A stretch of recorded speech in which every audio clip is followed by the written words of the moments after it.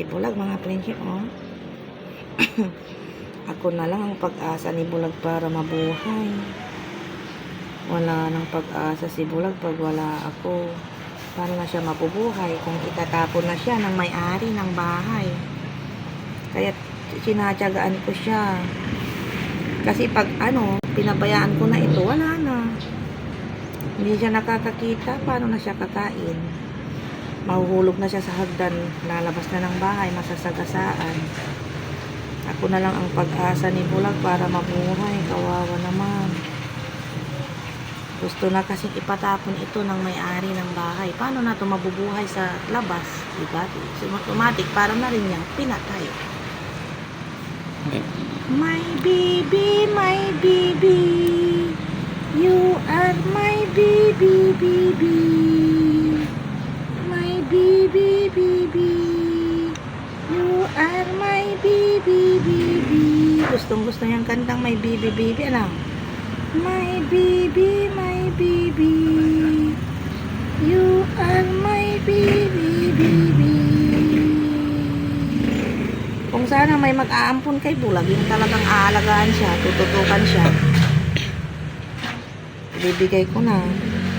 Kasi kawawa din, kulang sila ng pagkain dito at gamot, pampadala sa hospital, sa doktor ng mga pusa, pang-veterinaryo.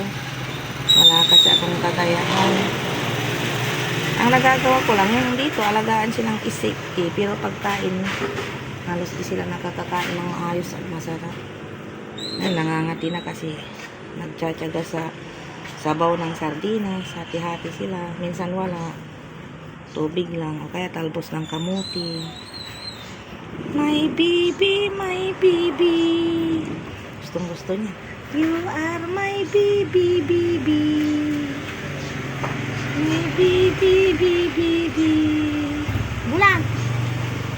My baby, baby. My baby, baby. You are my baby, baby. Sayang kung di sana ito nabulag, cute. Mataba ang buntot. Pabebe ang my baby cat. My baby, gustong gusto niya, oh. My baby. Piling niya bibing maliit na bata. Ayan na, tulog na. My baby. You are my baby. My baby. You are my baby. My baby. Gusto niya yung kantang my baby. My baby. You are my baby. Ganda yung kanya, pink.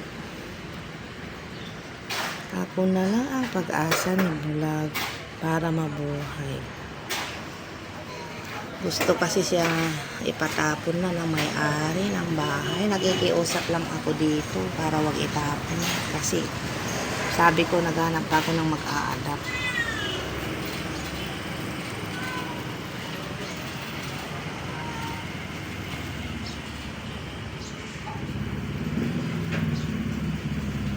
Gusto niya yung ganyan. Binibibi.